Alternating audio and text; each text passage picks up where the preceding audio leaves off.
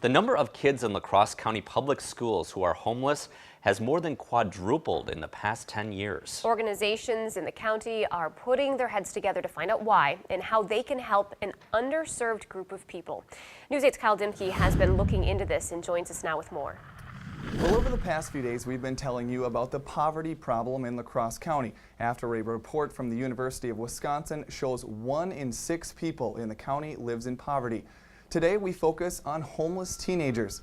Yesterday, several dozen organizations got together to discuss how to get a large amount of teens with no place to call home off the streets.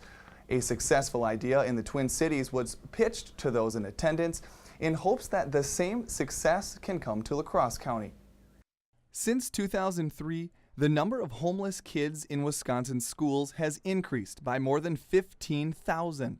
In the 5 La Crosse County public school districts, it has increased by more than 200. The La Crosse YMCA's Teen Center is one local organization trying to help. If they're struggling with some other things, they might be able to come here as a place to just focus on being a kid. But it's clear there are still many teens slipping through the cracks. The La Crosse Community Foundation is pooling all its resources, hoping to find a way to help all of them. So we're really trying to look at what's usable, what works, as well as talk to those kids who need some help. When searching for a solution, the Community Foundation found Avenues for Homeless Youth based in the Twin Cities, a program working exclusively with teens and young adults who are homeless. We provide them with shelter and transitional housing and sort of all the supportive services they need to move from surviving on the streets to becoming thriving young adults. Avenues has several types of programming, offering different housing options, mental health resources, and case managers to those it serves. So we understand developmentally where they're at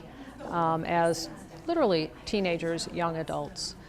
So they will get very youth-centered services. The Community Foundation hopes that by hearing the ways Avenues is making a difference, organizations in La Crosse County can find a way to do the same. Creating something is always going to be a big and long process. So if we can help kids by using some of what we have and adding some things here and some things there, we'll see what happens, but we'll do something that works. The La Crosse Community Foundation says it's going to get all of those interested in working on this project together to find out what is working in the county already and what is missing. The foundation says the key to developing this program will be talking to the kids who use this service, because if it doesn't talk to them, this will not work. All right, thank you, Kyle.